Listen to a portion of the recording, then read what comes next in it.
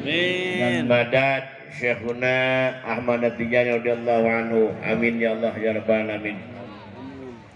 Alhamdulillah, rangkaian Idul Khatmi dari hari Kamis kita telah dilaksanakan.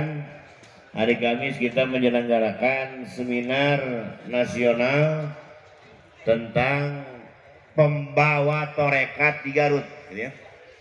Jadi seminar nasional tentang tokoh pembawa torekat di Garut, yaitu Syekhuna Badrul Zaman.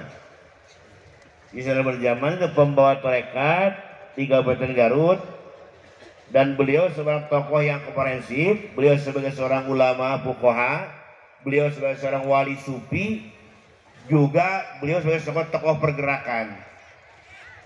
Nah, kemarin pada hari Kamis diselenggarakan seminar oleh Sekolah Tinggi Agama Islam Haji Badrul Zaman dengan judul kontribusi Syekhuna Badrul Zaman terhadap aspek kebangsaan. Jadi sumbangan Syekhuna Badrul Zaman terhadap aspek kebangsaan kemarin ada telah dikaji melalui seminar yang dimulai pemakalah para dosen guru besar dari Unpad dan UIN Jati Bandung. Nah, jadi bahwa Tarekat Tijaniyah masuk ke Garut itu pada sekitar, kalau masuk ke Jawa Barat itu tahun 1928 Masehi ke Jawa Barat, ya, yakni dibawa oleh Syekh Mandobiri Cimahi dan Syekh Anas Buntet, ya, Buntet Cirebon. Nah, itu tahun 1928. Syekh Badrul Zaman mengembangkan Tarekat sekitar 1933-an di Pondok Pesantren Al-Falah Biru. Nah, beliau di samping sebagai seorang ulama, beliau sebagai seorang wali sufi, juga sebagai seorang tokoh pergerakan, sebagai komandan Hizbullah. Jadi beliau seorang fuqaha, wali, dan tokoh pergerakan. Jadi banyak buku-buku penelitian tentang Syekhuna Badrul Zaman dari aspek tasawuf, aspek pemikiran, teologi, dan aspek perjuangannya. Nah, jadi ini menunjukkan bahwa kaum sufi atau para wali Allah Subhanahu wa taala itu bukan orang yang apa ya? Bukan orang yang pasif, tapi orang yang aktif, bergerak, aktif dalam berbagai hal, gitu kan?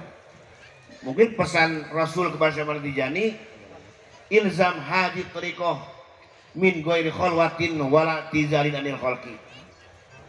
Kata Rasul kepada Syekh Ahmad Tijani, pegang ini terkait istighfar, salawat, la ilaha illallah, min ghairi khalwatin, tanpa khalwat, wala tizalin anil khalqi, dan tidak menjauh dari makhluk. Artinya tidak boleh menyepi gitu, harus aktif mengambil peran-peran sosial, peran sosial kemasyarakatan. Nah, salah satu diperankan oleh Syekhuna Badrul Zaman ini sebagai pembawa torekat Garut, salah satunya itu. Beliau sekali lagi saya tekan tampil sebagai seorang ulama, mengkader beberapa ulama, kemudian sebagai seorang wali sufi dan sebagai tokoh pergerakan. Nah, kemudian melalui beliau sekitar tahun 1930-an torekatnya berkembang di Garut. Bukan hanya di Garut saja, mungkin sekitar daerah Priangan, Bandung Barat, kemudian Kabupaten Bandung, Cimahi, Subang. Itu awal dikembangkan Syekhuna Badrul Zaman. Nah, alhamdulillah melalui seminar beliau sekarang berkembang Tarekat Tijaniyah bukan hanya di wilayah Jawa Barat saja, tapi masuk ke wilayah Jambi juga, masuk ke wilayah Aceh dan wilayah luar Jawa. Nah, mungkin pada hari ini kita menyelenggarakan Idul Khatmi. Id itu perayaannya. Idul Khatmi, perayaan diangkatnya Syekh Ahmad Tijani ketika diangkat sebagai wali al-khatmu wal khatmu.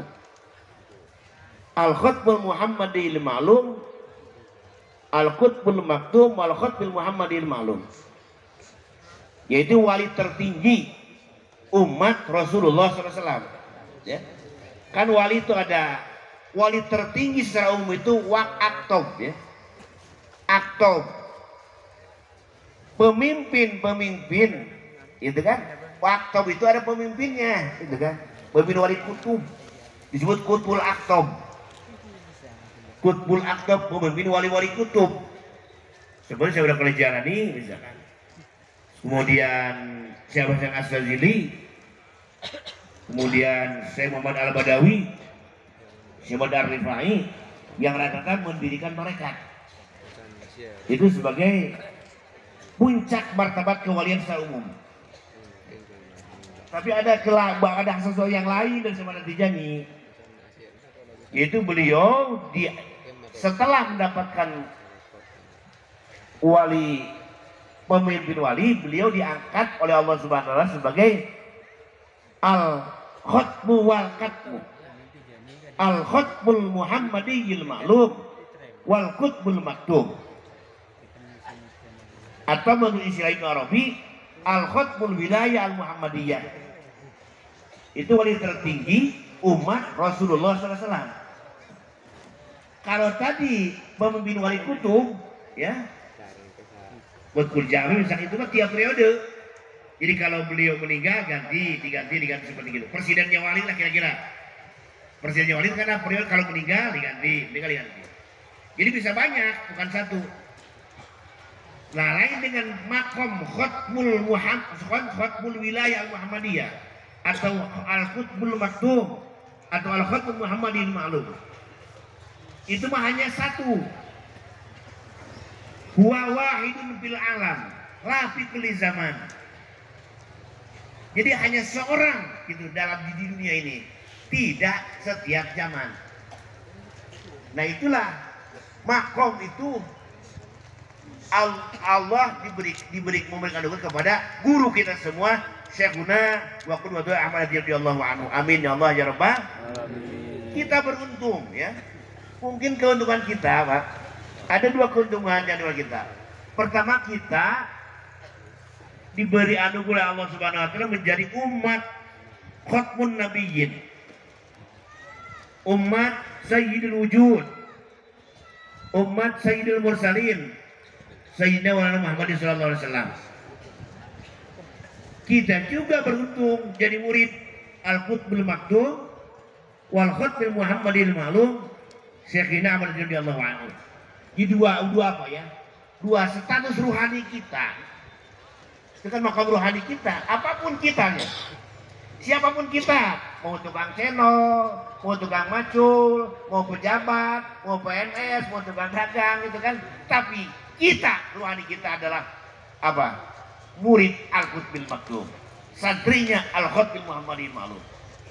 Itu barangkali yang harus kita syukuri.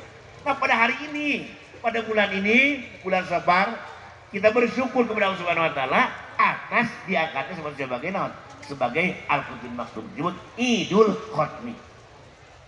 Kira begitu. Jadi ini penting.